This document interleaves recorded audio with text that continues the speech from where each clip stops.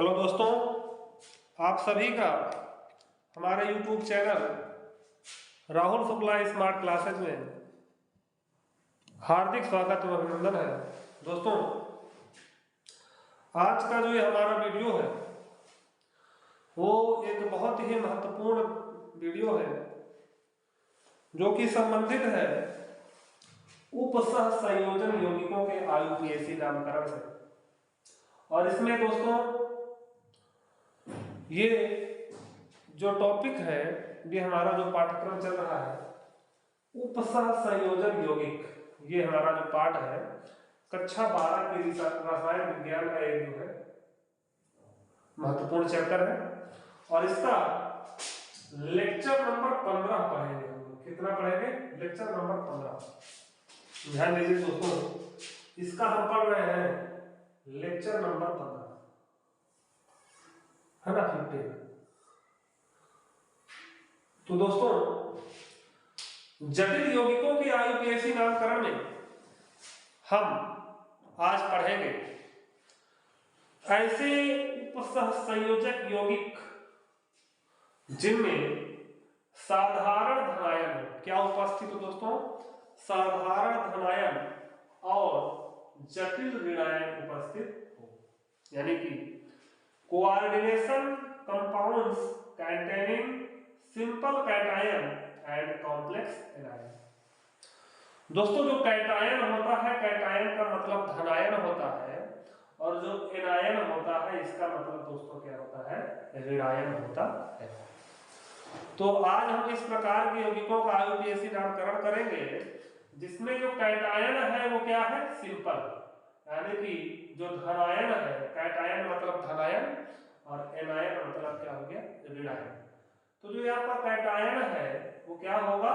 साधारण होगा, लेकिन जो ये एनायन है ये कैसा होगा? कॉम्प्लेक्स। एनायन कैसा होगा? कॉम्प्लेक्स, यानी कि ऋणायन कैसा होगा? जटिल। तो दोस्तों, ये जो हमारा टॉपिक है इसे हम आज पढ़ेंगे आयुपीएसी में। अब देखिए, हम कैसे पहचानेंगे ऐसे यौगिकों को, तो इसके दो एक उदाहरण हम ले रहे हैं, है ना। देखिए दोस्तों, जो पहला उदाहरण हम लेते हैं ऐसे यौगिक जिनमें क्या होगा? साधारण धनायन। धनायन कैसा होना चाहिए? साधारण होना चाहिए। और ऋणायन कैसा होना चाहिए? जटिल होना चाहिए। तो दोस्तों, जैसे हम एक उदाहरण लेते हैं K4 Fe और Cl का होल 6। दोस्तों, यह एक कॉम्प्लेक्स कंपाउंड है। अब इसका जब हम आयनाइजेशन करेंगे दोस्तों, आयनाइज जब हम इसे करेंगे तो ये टूटेगा। अब आप ये जानते हैं कि इस पोटेशियम में कितना पॉजिटिव चार्ज होता है? एक पॉजिटिव चार्ज। तो कितने पोटेशियम है? 4। तो 4 को हम आगे रखेंगे और पोटेशियम पर एक पॉजिटिव चार्ज है तो हमने इस पर एक पॉजिटिव चार्ज लगा दिया, क्योंकि पोटेशियम क्या है? फर्स्ट एक की क्षार धातु है, और क्षार धातु में जितने भी होंगे सब पे कितना आवेश होता है? प्लस का 1। तो यदि यहाँ पर 4 पॉजिटिव चार्ज आ गया दोस्तों, 4 धनात्मक हिस्सा आ गया, तो जो निगेटिव पार्ट आएगा Fe Cl का होल 6 और माइनस का 4। तो दोस्तों, यदि यहां पर 4 पॉजिटिव चार्ज है तो यहां पर कितना होगा? 4 नेगेटिव चार्ज पॉजिटिव होगा। तो अब इसमें यदि हम बात करें दोस्तों कि हमारा सिंपल कैटायन कौन है, तो आप देख रहे हैं जो धनायन वाला हिस्सा है ये कैसा दिख रहा है? हमें साधारण दिख रहा है। और जबकि ये वाला हिस्सा जो कॉम्प्लेक्स वाला है ये कैसा है? ऋणात्मक। तो ये ठीक इसी प्रकार के यौगिक, जिस प्रकार के यौगिक को हम क्या कर रहे हैं? ढूंढ रहे हैं। साधारण धनायन दोस्तों क्या हो? धनायन कैसा हो? साधारण हो, यानी कि कैटायन कैसा हो? सिंपल, है ना। सिंपल कैटायन हमको ढूंढ लिए, तो एक कैसा आयन है? Simple cation. कैसा आयन है? तो दोस्तों यह एक सिंपल कैटायन है, साधारण आयन है ना। Simple cation. इसके बाद दोस्तों ये जो है ये कैसा पोर्शन है, कॉम्प्लेक्स पोर्शन है इसका, और ये कैसा है, नेगेटिव है। तो ये कैसा एनायन है, तो दोस्तों यह है कॉम्प्लेक्स एनायन है ना। इसके बाद यदि हमें एक दूसरा यौगिक ले, है ना, ये पहला नंबर का कंपाउंड है। यदि हम दूसरा यौगिक ले उदाहरण के तौर पर, तो उसे हम ले सकते हैं Na3CO NO2 का होल 6। अब दोस्तों जो हम इसका आयनाइजेशन करेंगे तो आप जानते हैं कि सोडियम भी क्या है, एक क्षार धातु है, और सोडियम पे जो चार्ज होता है वो कितना होगा दोस्तों, +1 होता है। तो कितने सोडियम उपस्थित है दोस्तों, 3। तो यहां पर हो जाएगा 3 यानी प्लस। अब जब पॉजिटिव चार्ज पर कितना है, 3, सोडियम में कितने आयन है, 3, तो इस पर कुल आवेश कितना हो गया, +3। कुल जो धनात्मक हिस्सा कितना है, +3 है। तो इसके इस एनायनिक वाले पार्ट पर दोस्तों -3 हो जाएगा, है ना। तो CO NO2 का होल 6 और यहां पर हो जाएगा दोस्तों -3। अब आप अगर यहां पर देखें तो जिस Na+ वाला हिस्सा है, ये कैसा हिस्सा है, साधारण धनायन, यानी कि सिंपल कैटायन वाला ये हिस्सा है। इसे क्या बोलेंगे दोस्तों, यह सिंपल कैटायन है, जबकि ये वाला जो हिस्सा है ये क्या है दोस्तों, यह कॉम्प्लेक्स एनायन है।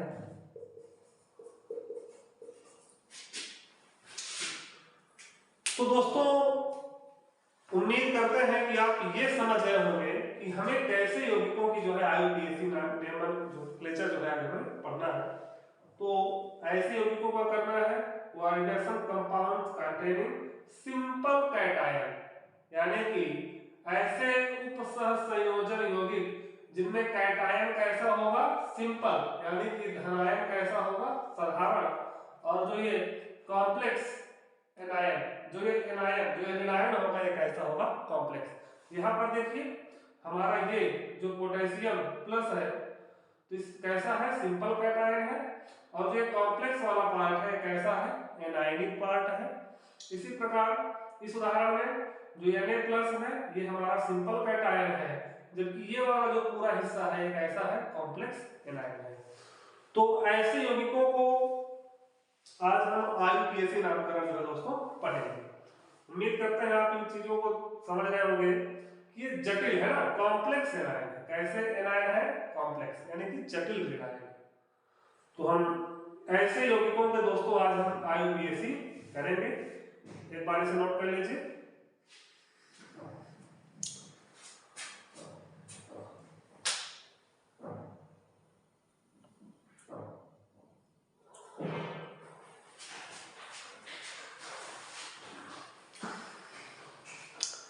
तो चलिए दोस्तों आप बेहतर समझ गए होंगे कि ऐसी यौगिकों की IUPAC हमें कैसे करनी है। आइए इसे रफ करते हैं। कैसे यौगिक जो है हमें IUPAC में आज हमें पढ़ने हैं, इसको आप समझ गए होंगे। अब दोस्तों हम इनके पढ़ते हैं रूल, है ना। इस प्रकार के यौगिकों का जब हमें IUPAC करना है तो इसका रूल क्या होता है ना। तो दोस्तों इसका जो रूल होता है बहुत ही आसान रूल है ना। इसका जो रूल है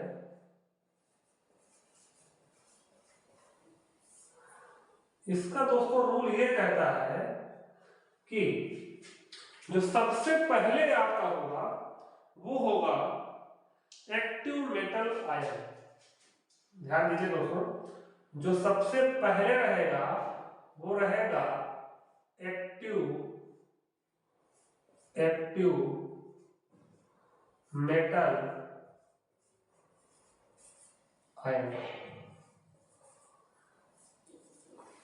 सबसे पहले दोस्तों हमारा क्या रहेगा, एक्टिव मेटल आयन। अब एक्टिव मेटल आयन क्या है, अब जैसे अभी हम आपको एक उदाहरण देकर समझा देंगे। एक्टिव मेटल आयन पहले लिखेंगे, उसके बाद दोस्तों हम लिखेंगे लिगेंड्स। क्या लिखेंगे, लिगेंड्स को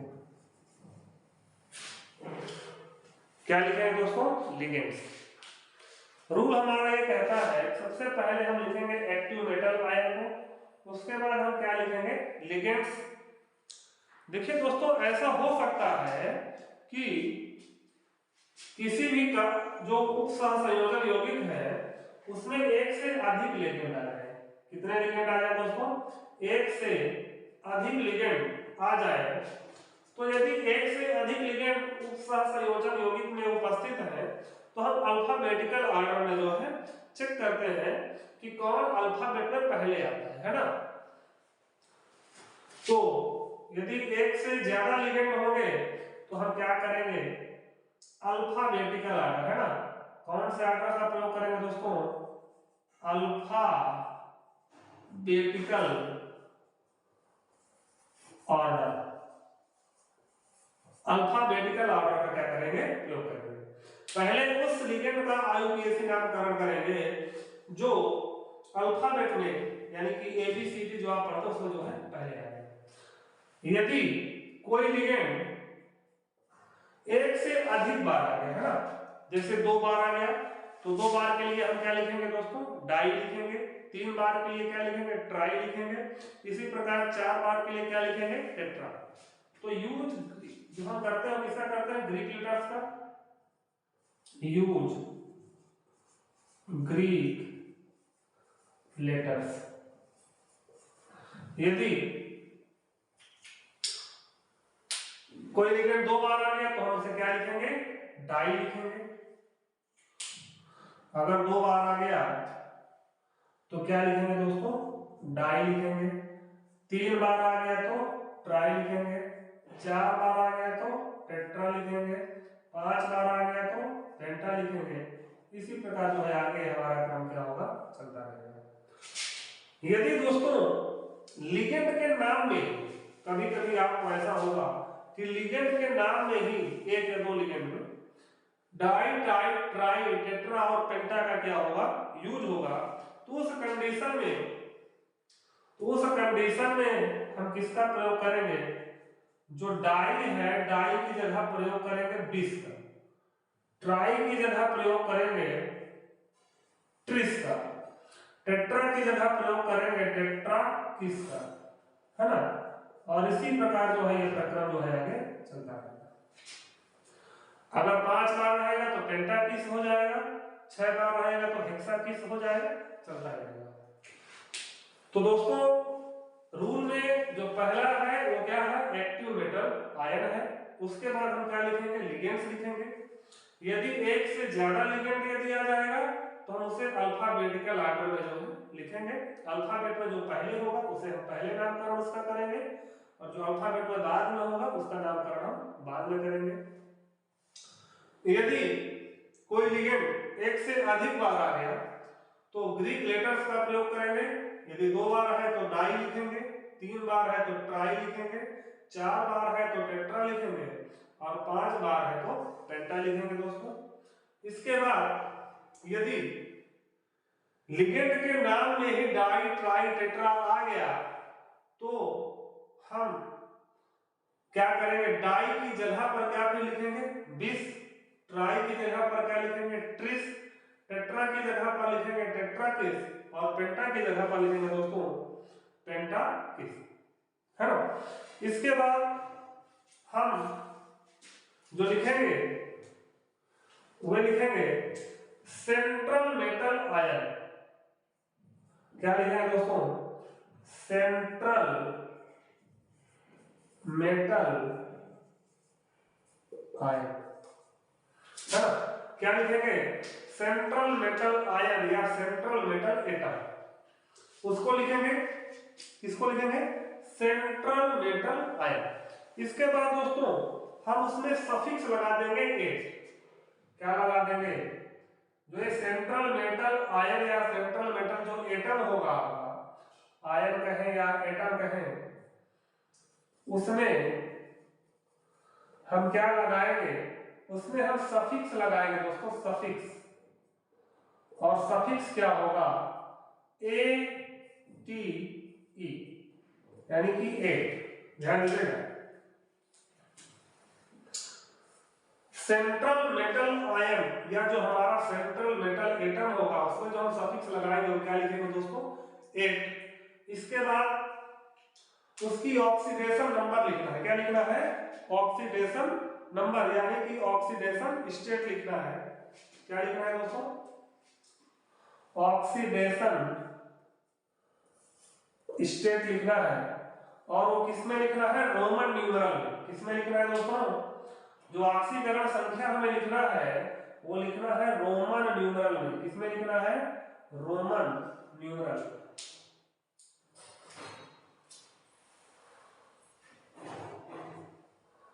इसे जो हमें लिखना है ऑक्सीडेशन स्टेट।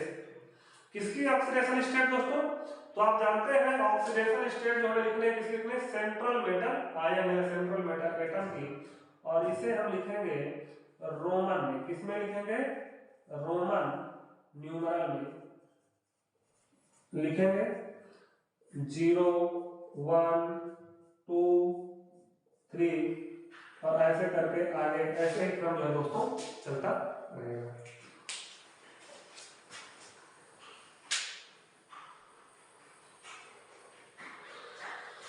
तो दोस्तों ये हमारा रूल है इसका, इस प्रकार के सहसंयोजन यौगिकों का, आयुकेसी का। कैसे यौगिक, जिनमें क्या उपस्थित हो, साधारण धनायन उपस्थित हो और जटिल ऋणायन क्या हो, उपस्थित हो। तो उसका रूल हमने आपको बताया है। रूल क्या कहता है दोस्तों, कि सबसे पहले हम लिखेंगे एक्टिव मेटल आयन लिखेंगे, उसके बाद हम लिखेंगे लिगेंड्स। लिगेंड्स में यदि एक से ज्यादा लिगेंड आ रहे हैं तो हम वहां पर अल्फा बेसिका आयन का प्रयोग करेंगे। फिर यदि कोई लिगेंड एक से अधिक बार आ गया, तो जैसे 2 बार आ गया तो उसके लिए डाई लिखेंगे, 3 बार आ गया तो ट्राई लिखेंगे, 4 बार आ गया तो टेट्रा लिखेंगे और 5 बार आ गया दोस्तों तो उसके लिए पेंटा लिखेंगे। इसके बाद यदि लिगेंड के नाम में डाई ट्राई टेट्रा अगर दिया हुआ है तो डाई की जगह पर हम डिस लिखेंगे, ट्राई की जगह पर ट्रिस लिखेंगे, टेट्रा की जगह पर टेट्राकिस, पेंटा की जगह पर पेंटाकिस, हेक्सा की जगह पर हेक्साकिस। ऐसे ही जो है आगे क्रम आते रहेंगे। उसके बाद दोस्तों हमें लिखना है सेंट्रल मेटल आयन या सेंट्रल मेटल एटम को लिखना है। उसके बाद हम उस सेंट्रल मेटल एटम में क्या लगा देंगे, सफिक्स जोड़ेंगे, वो जोड़ेंगे 8। और ध्यान देना, जो ये सफिक्स 8 हम जो जोड़ेंगे वो ऐसे ही यौगिकों में जोड़ेंगे और कहीं पर जो है सफिक्स का 8 का प्रयोग हमें नहीं करना है। ऐसे यौगिकों में ही प्रयोग होगा क्या, सफिक्स 8। कैसे यौगिक, ऐसे उत्साह संयोजन यौगिक जिनमें साधारण धनायन हो और जटिल ऋणायन क्या हो, उपस्थित हो। उसके बाद दोस्तों सफिक्स 8 लगाने के बाद, सफिक्स 8 जो हमारा लगेगा वो कहां लगेगा, सेंट्रल मेटल आयन या एटम पर लगेगा। उसके बाद उस सेंट्रल मेटल एटम की जो है ऑक्सीडेशन स्टेट यानी कि ऑक्सीकरण अवस्था लिखनी है। और वो किस में लिखेंगे, रोमन न्यूमरल में लिखेंगे, 0 1 2 3, है ना। ऐसे करके जो है दोस्तों ये हमारा रूल यहीं पर क्या हो जाता है, समाप्त हो जाता है। इस रूल को नोट कर लीजिए। इसके बाद हम आपको कुछ ऐसे एलिमेंट्स बताते हैं जो कॉम्प्लेक्स एनायन में प्रयोग होते हैं। सेंट्रल, कुछ ऐसे सेंट्रल मेटल एटम जो क्या होते हैं, ऐसे यौगिकों में क्या होते हैं, प्रयोग होते हैं। और उनका प्रयोग जो सफिक्स 8 लगता है उसके आधार पर, है ना। तो नोट कर लीजिए दोस्तों इसे।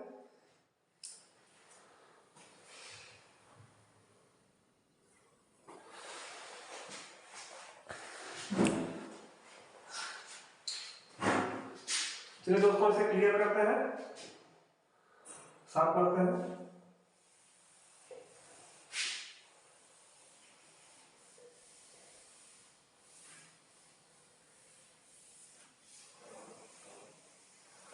तो वो चार्ट हम बना लेते हैं दोस्तों। आपको अभी आपको मानते हैं कुछ कम समझ में आया होगा, लेकिन जैसे जैसे जो हम आगे बढ़ेंगे वैसे वैसे चीजें क्या हो करेंगे धीरे धीरे जो है क्लियर होते चलेंगे, तो ज्यादा परेशान नहीं होना है।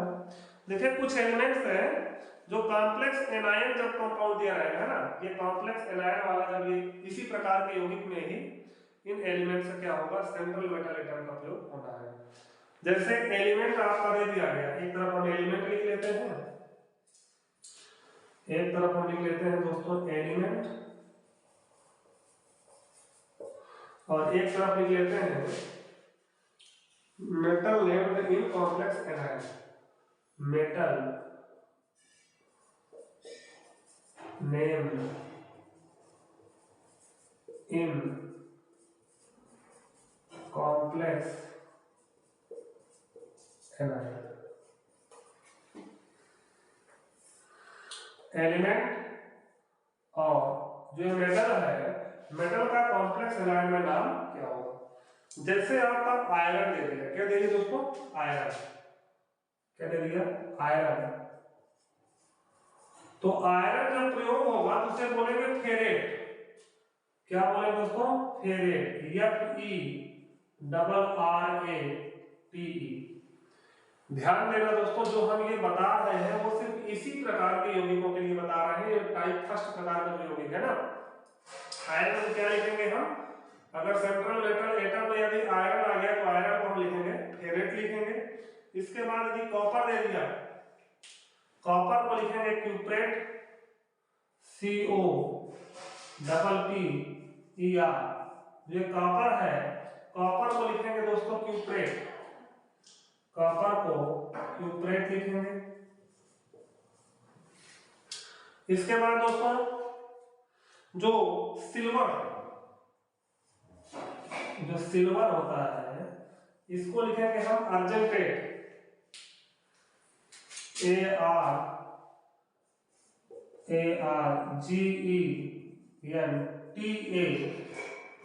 अर्जेंटेट लिखेंगे।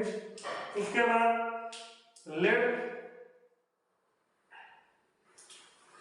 लेड जो होता है आपका, लेड को हम लिखेंगे प्लम्बेट। क्या लिखेंगे दोस्तों?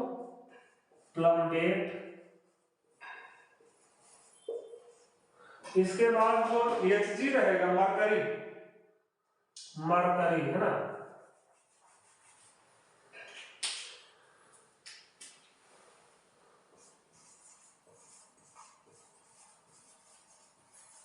मरकरी को हम लिखेंगे मर्क्यूरेट, मर्क्यूरेट या हाइड्रोजनेट। क्या लिखेंगे दोस्तों? मर्क्यूरेट, क्यूरेट या हाइड्रोजनेट।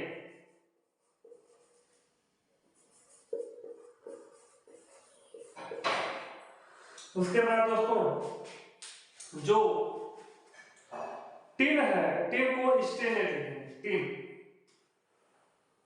जो टिन होता है इसको लिखेंगे STANNAT।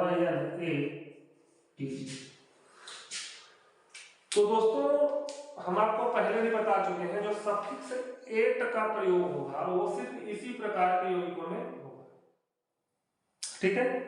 और यदि जो सेंट्रल मेटल एटम हमारा यदि आयरन आ गया तो आयरन को क्या लिखेंगे दोस्तों? फेरेट लिखेंगे, है ना। कॉपर आ गया तो कॉपर को क्या लिखेंगे? क्यूप्रेट लिखेंगे। सिल्वर आ गया, सिल्वर को लिखेंगे अर्जेंटेट लिखेंगे। लेड को क्या लिखेंगे? लेड को प्लम्बेट लिखेंगे। मरकरी यदि आ गया तो मर्क्यूरेट लिखेंगे या हाइड्रोजनेट लिखेंगे। उसके अलावा यदि टिन आ गया तो इसे स्टेनेट लिखेंगे। दोस्तों इसे आप नोट कर लीजिए। उसके बाद हम एक या कुछ कंपाउंड्स जो है आपको आईयूपीएससी बता दें।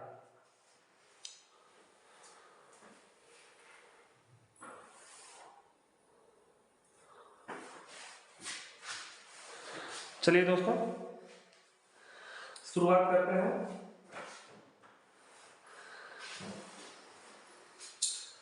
चलिए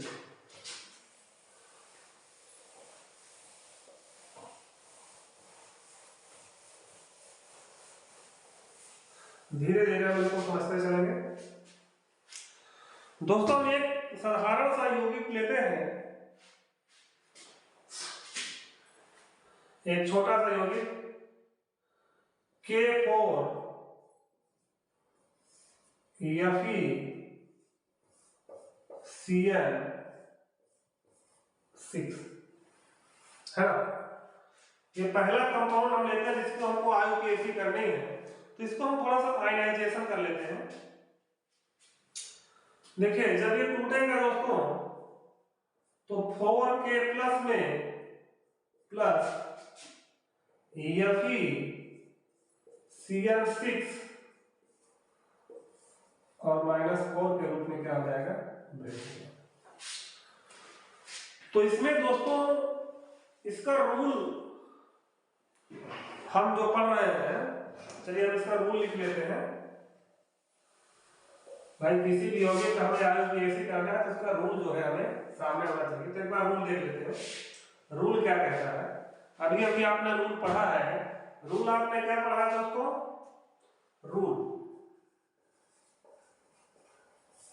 रूल में आपने पढ़ा है एक्टिव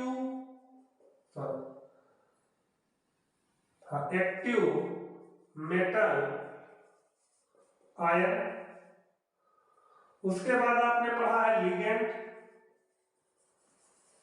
उसके बाद आपने पढ़ा है सेंट्रल मेटल आयन या सेंट्रल मेटल एटम। उसके बाद सेंट्रल मेटल एटम में क्या लिखना है, सफिक्स लिखना है दोस्तों। सफिक्स में क्या लिखना है, 8 लिखना है। उसके बाद उस सेंट्रल मेटल एटम की ऑक्सीडेशन स्टेट लिखना है, और ऑक्सीडेशन स्टेट किसमें लिखना है, रोमन में। इसमें लिखना है रोमन न्यूमरल में आपको लिखना है। तो सबसे पहली बात हमें जानना चाहिए कि इसमें कौन क्या है ना। तो दोस्तों ये जो एक्टिव मेटल आयन है वो दोस्तों ये है जो इस कॉम्प्लेक्स एरिया के बाहर है, ये हमारा क्या है, एक्टिव मेटल आयन है। उसके बाद लिगेंड में आप जानते हैं कि Cl आपका लिगेंड है। उसके बाद जो सेंट्रल मेटल आयन है वो क्या है, इसमें हमारा Fe है। सफिक्स 8 जोड़ेंगे सेंट्रल मेटल आयन में, और ऑक्सीडेशन स्टेट हमें क्या करनी पड़ेगी, निकालनी पड़ेगी। देखिए दोस्तों जटिल यौगिकों के IUPAC नामकरण के लिए 2 या 4 बातें आपको जानना बहुत आवश्यक है। पहली बात तो ये है कि इनकी IUPAC हमेशा स्मॉल लेटर से शुरू करेंगे, चाहे आप इसको नोट भी कर सकते हैं। IUPAC हमेशा स्मॉल लेटर से शुरू करेंगे, और धनायन और ऋणायन के बीच में एक छोटा सा गैप होगा। क्या होगा, धनायन और ऋणायन के बीच में क्या होगा, छोटा सा गैप बना के रखेंगे। उसके बाद जो तीसरी सबसे महत्वपूर्ण बात है, जो कोऑर्डिनेशन एरिया है ना, ये जो कोऑर्डिनेशन एरिया रहेगा कॉम्प्लेक्स पार्ट वाला, उसे एक साथ लिखेंगे। तो 3 बातें हैं, IUPAC हमेशा स्मॉल लेटर में शुरू करेंगे, धनायन और ऋणायन के बीच गैप रखेंगे, और जो कॉम्प्लेक्स वाला एरिया होगा उसे एक साथ लिखेंगे। तो आइए दोस्तों शुरुआत करते हैं। तो देखिए सबसे पहले हमें क्या लिखना है, एक्टिव मेटल आयन। तो ये देखिए ये हमारा धनात्मक भाग है, शुरुआत जो हमारा हो रहा है पोटेशियम से, हमारा धनात्मक हिस्सा है।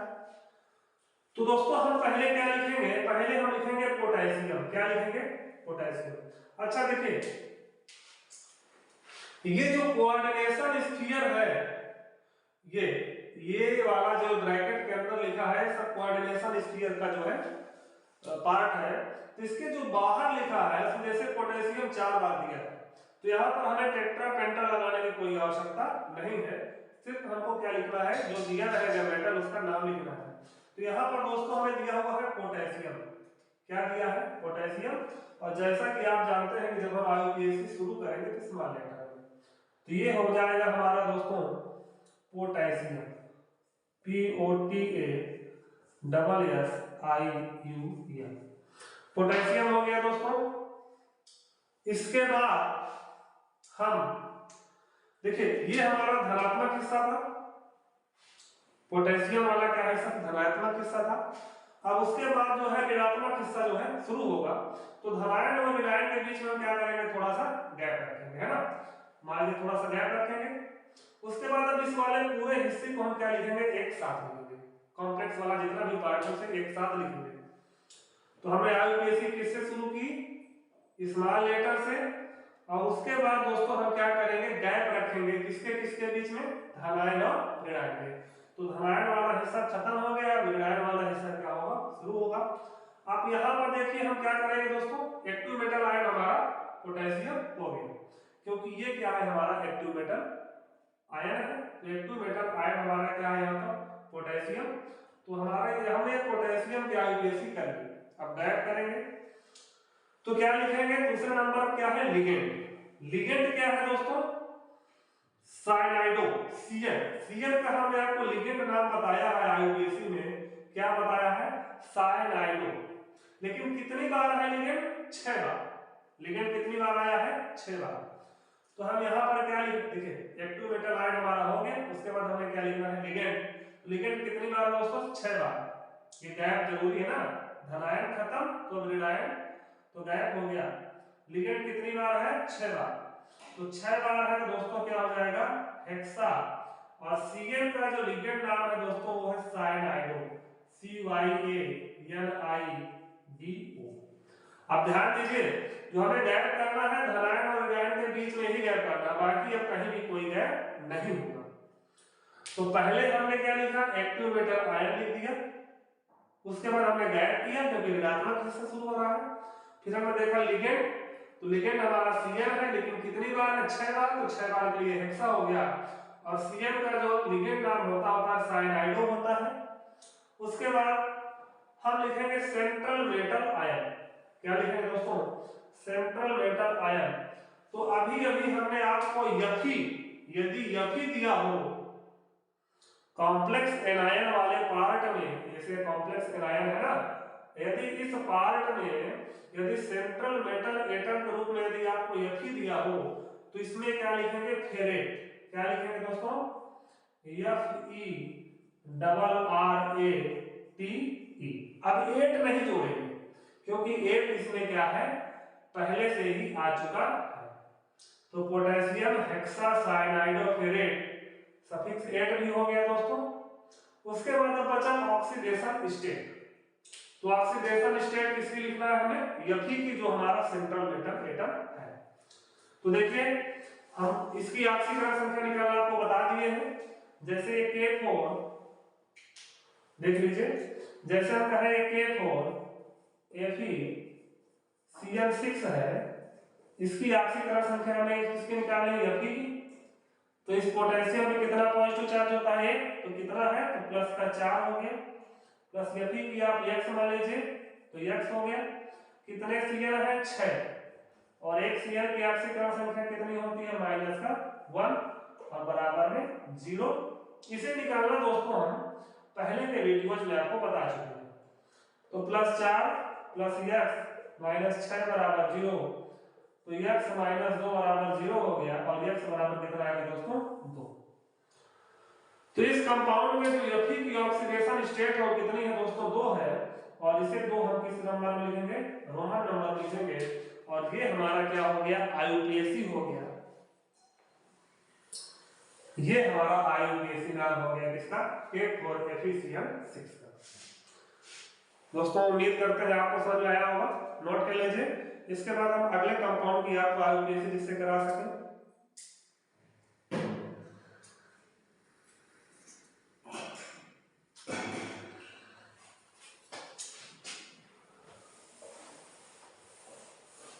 चलिए दोस्तों एक कंपाउंड और देख लेते हैं।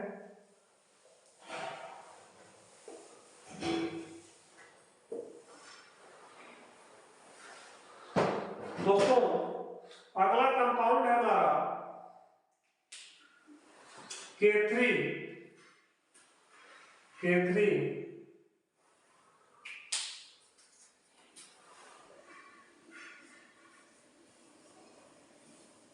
CrC2O4 का थ्राइस। ये हमारा कंपाउंड है दोस्तों, इसकी हमें आईयूपीएसी करनी है। तो इसलिए दोस्तों हम इसका थोड़ा सा आयनाइजेशन कर देते हैं, थोड़ा आसान हो जाता है करना। तो इसका आयनाइजेशन करेंगे तो आप जानते हैं कि पोटेशियम पर पॉजिटिव चार्ज होता है वो भी 1, तो 3K प्लस प्लस, अब यहां पर +3 का पॉजिटिव चार्ज, तो इसके ऊपर कितना हो जाएगा -3, Cr C2O4 का होल थ्राइस, और यहां पर क्या हो जाएगा -3। तो दोस्तों हमें इस कंपाउंड की जो है आईयूपीएसी करनी है। अब देखिए, अब इसके लिए हम जानते हैं कि सबसे पहले हमें क्या लिखना है, एक्टिव मेटल आयन। अब हमारा एक्टिव मेटल आयन दोस्तों यहाँ पर क्या है, पोटेशियम है। तो पहले हम क्या करेंगे, पोटेशियम को लिख लेंगे, उसके बाद हम लिगेंड लिखेंगे। अब लिगेंड में आप देखिए, लिगेंड में हमारा क्या है, C2O4 है ना। अब कितने बार है, 3 बार है, तो 3 बार के ट्राई लगा देंगे। उसके बाद हमारा सेंट्रल मेटल आयन क्या है, क्रोमियम है। तो क्रोमियम में हमें सफिक्स क्या लगाना है, 8 लगाना है ना, क्या लगाना है, 8 लगाना है। उसके बाद जो एक क्रोमियम जो हमारा सेंट्रल मेटल आयन है, इसकी क्या लिखनी है, ऑक्सीडेशन स्टेट लिखनी है, वो भी किसमें लिखनी है, रोमन में। तो दोस्तों हम पहले क्या लिखेंगे, active metal ion. Active metal ion हमारा पोटेशियम है, और जैसा कि हम जानते हैं कि हम आईयूपीएसी कैसे शुरू करते हैं, स्मॉल लेटर से। तो हम पहले क्या लिख लेंगे दोस्तों, पोटेशियम, पोटेशियम हो गया दोस्तों। इसके बाद दोस्तों हम क्या करेंगे, हम ये धनायन वाला हिस्सा हमारा कंप्लीट हो गया, ऋणायन वाला हिस्सा शुरू होगा। इसके लिए हम थोड़ा सा गैप करते हैं और लिगेंड लिखते हैं। तो लिगेंड हमारा क्या है, ऑक्सीलेटो है, C2O4 माइनस माइनस, अगर आपको याद हो हमने लिगेंड को लिखवाया है। तो कितने बार है दोस्तों, 3 बार।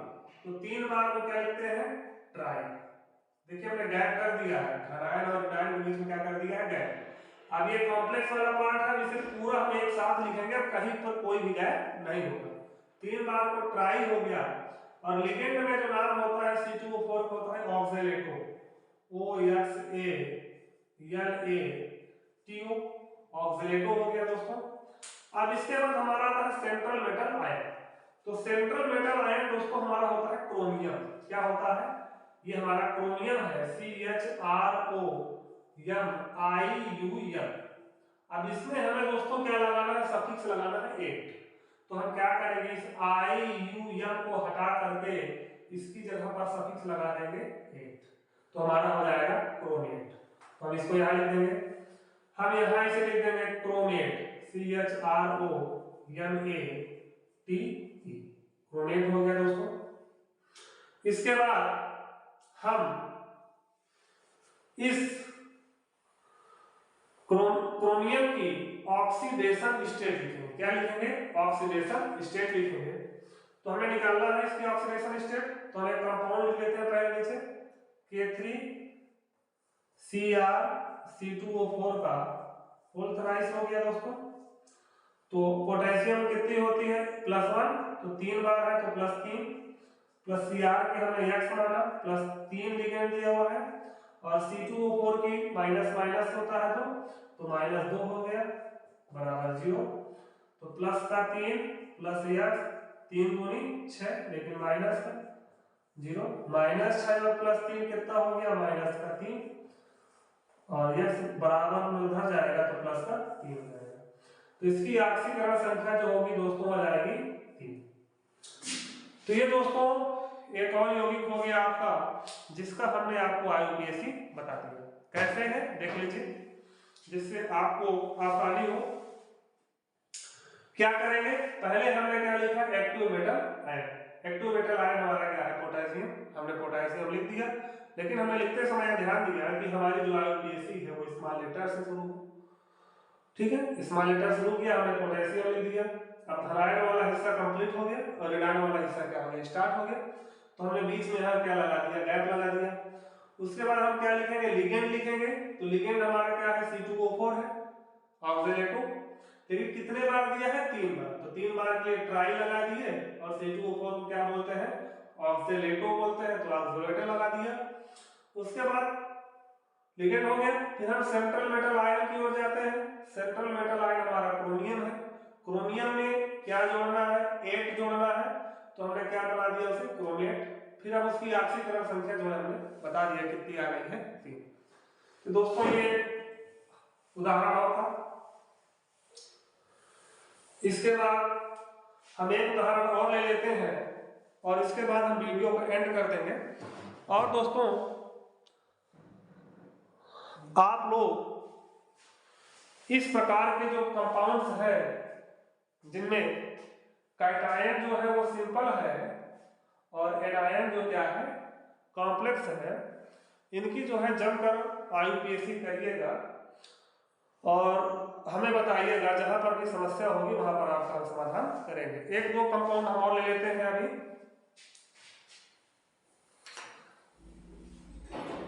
देखिए एक ही कंपाउंड लेते हैं दोस्तों, उसके बाद आप प्रैक्टिस करते रहिएगा, काफी आसान है जब हम रूट समझ जाते हैं। तो हमारा जो यौगिक है इस बार हम 2 लिगेंड ले रहे हैं दोस्तों, K3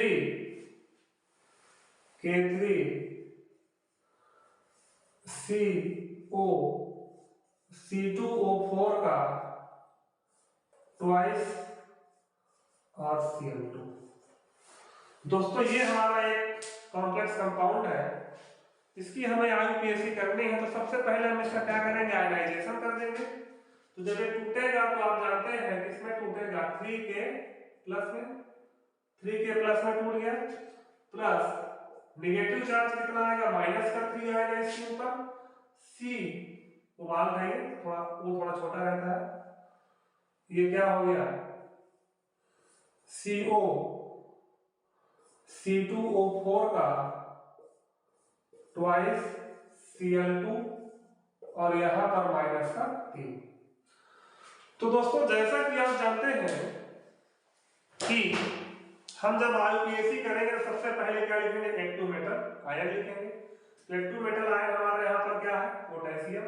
तो हमने पहले क्या लिख दिया, पोटेशियम लिख दिया। और हमने IUPAC किससे स्टार्ट किया, स्मॉल लेटर से।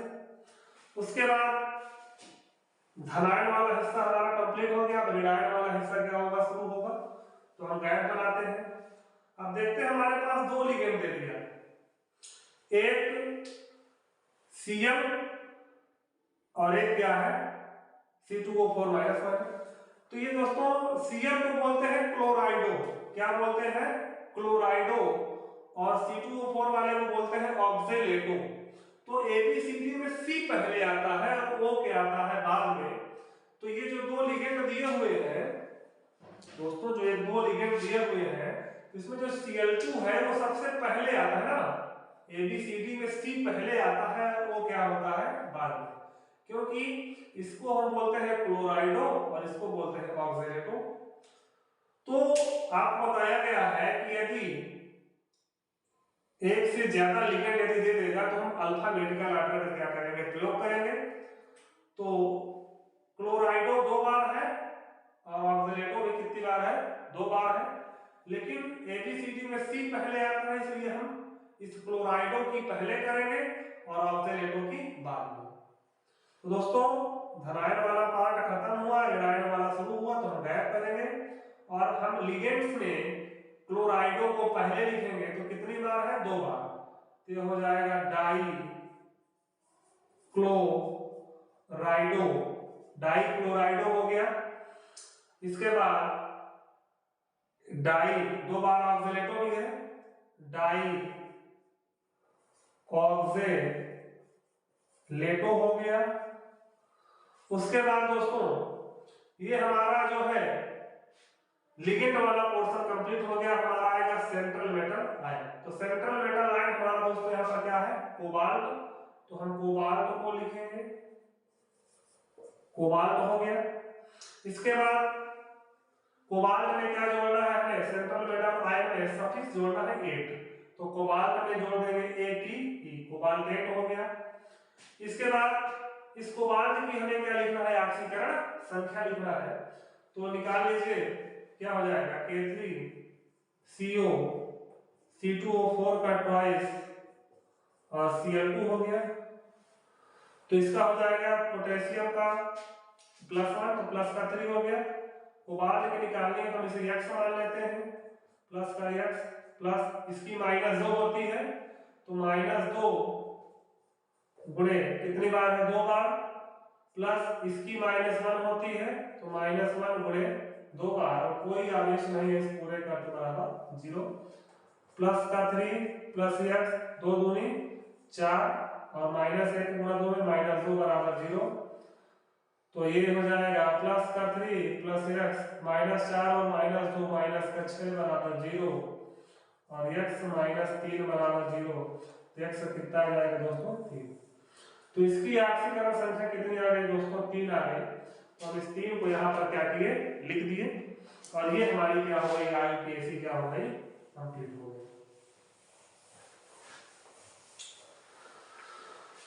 तो दोस्तों हमने IUPAC लिख लिया इसका।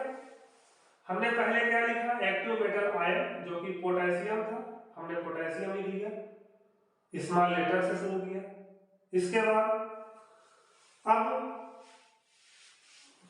धनायन वाला हिस्सा खत्म हो गया और ऋणायन वाला हिस्सा शुरू हो रहा है, तो हमने क्या कर दिया, गैप कर दिया। इसके बाद हम देखते हैं लिगेंड्स। लिगेंड्स में हमने देखा कि 2 लिगेंड आए हैं, एक का C से शुरू होता है लिगेंड नाम क्लोराइडो, एक का ऑक्जेलेटो। तो ABCD में C पहले आता है, तो हम पहले इसका किए, तो कितना क्लोराइडो है, 2 बार, तो 2 बार कितना हो जाएगा, डाई क्लोराइडो हो गया। फिर ऑक्जेलेटो भी कितनी बार है, 2 बार, तो डाई ऑक्जेलेटो हो गया। इसके बाद दोस्तों हम अपने आएंगे सेंट्रल मेटल आयन पर, तो सेंट्रल मेटल आयन हमारा क्या है, कोबाल्ट, तो हमने कोबाल्ट लिख लिया, और कोबाल्ट में हम सफिक्स क्या जोड़ दिए, 8 जोड़ दिए, और इस कोबाल्ट की जो ऑक्सीकरण संख्या आई है दोस्तों, कितनी आई है, 3 आई है। तो इसमें नोट कर लीजिए दोस्तों, एक और आपको करवा देते हैं जिससे आपको काफी आसानी होगी, नोट कर लीजिए।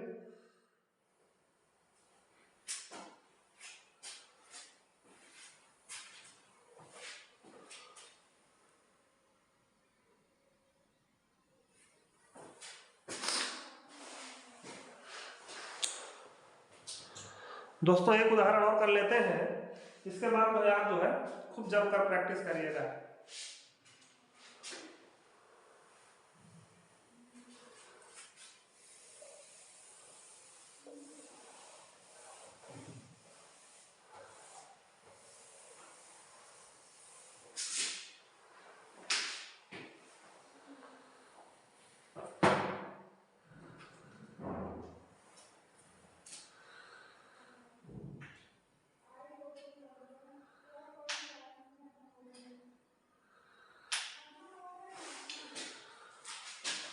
दोस्तों आखिरी कंपाउंड आज का जिसकी हमें IUPAC करनी है, K2HgI4। इसका हम आयनाइजेशन जैसे हम करते हैं, इसमें कितना आता है, 2K प्लस HgI4 और माइनस का 2, है ना दोस्तों। जैसे आप जानते हैं कि अब हम इसको IUPAC हमें इसकी करनी है, तो इसकी IUPAC करने के लिए हमें पहले क्या लिखना पड़ेगा, इसका एक्टिव मेटल आयन करना। तो इसका एक्टिव मेटल आयन जैसे हमारा क्या है, इसमें पोटेशियम है, तो हम क्या लिखते हैं दोस्तों, पोटेशियम हमने लिख दिया। अब धनायन वाला हिस्सा खत्म हो रहा है, ऋणायन वाला शुरू हो रहा है, हमने गैप कर दिया। अब हमारा लिगेंड क्या है दोस्तों, यहाँ पर आई है, तो कितनी बार है लिगेंड, 4 बार, तो हम क्या लिखेंगे, टेट्रा आयो डाइडो, टेट्रा आयोडाइडो हमारा लिगेंड हो गया। अब हमारा क्या है दोस्तों, सेंट्रल मेटल आयन। तो सेंट्रल मेटल आयन हमने Hg को आपको चार्ट के द्वारा बताया था, है ना। चार्ट में क्या था, हमने आपको Hg को या तो मर्क्यूरेट बोलेंगे या हाइड्रोजिनेट बोलेंगे, तो आप दोनों में से कोई लिख सकते हैं। तो जो सेंट्रल मेटल आयन है, इसमें जो सफिक्स 8 जोड़कर जो हम Hg को लिखेंगे वो क्या लिखेंगे दोस्तों, हाइड्रोजिनेट। क्या लिखेंगे, हाइड्रोजिनेट हमने लिख दिया, जिसको हमने आपको बाकायदे चार्ट में बता दिया है कि Hg को क्या लिखेंगे, हाइड्रोजिनेट लिखेंगे। Fe को फेरेट लिखेंगे, कॉपर को क्यूप्रेट लिखेंगे। ये सब कुछ हमने आपको बता दिया है जो इनके लैटिन नाम से संबंधित है। अब हाइड्रोजनेट हो गया दोस्तों, तो सफिक्स एट भी देखिए इसमें लगा हुआ है ना।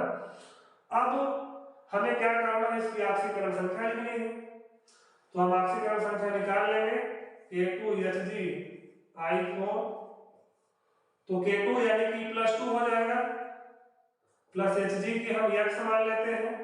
आयोडीन पर कितना होता है -1 का आवेश, तो 4 × -1 और बराबर में कितना हो गया 0, तो प्लस का 2 प्लस x - 4 बराबर दोस्तों 0, माइनस का 4 और प्लस का 2 कितना हो गया -2 बराबर 0, तो x बराबर कितना आ गया दोस्तों प्लस का 2।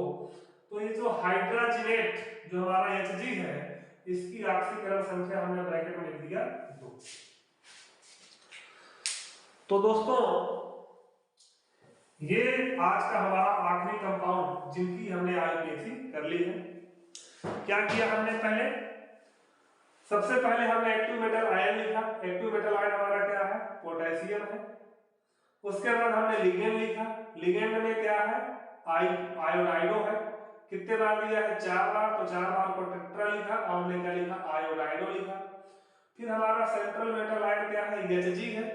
इसको हमने आपको बता दिया है पहले ही कि जब हमारा एनायन वाला पार्ट यानी कि ऋणात्मक वाला पार्ट जो हमारा कॉम्प्लेक्स हो तो उसमें हम Hg को सेंट्रल मेटल आयन में सफिक्स 8 लगा करके क्या लिखेंगे, हाइड्रोजनेट लिखेंगे।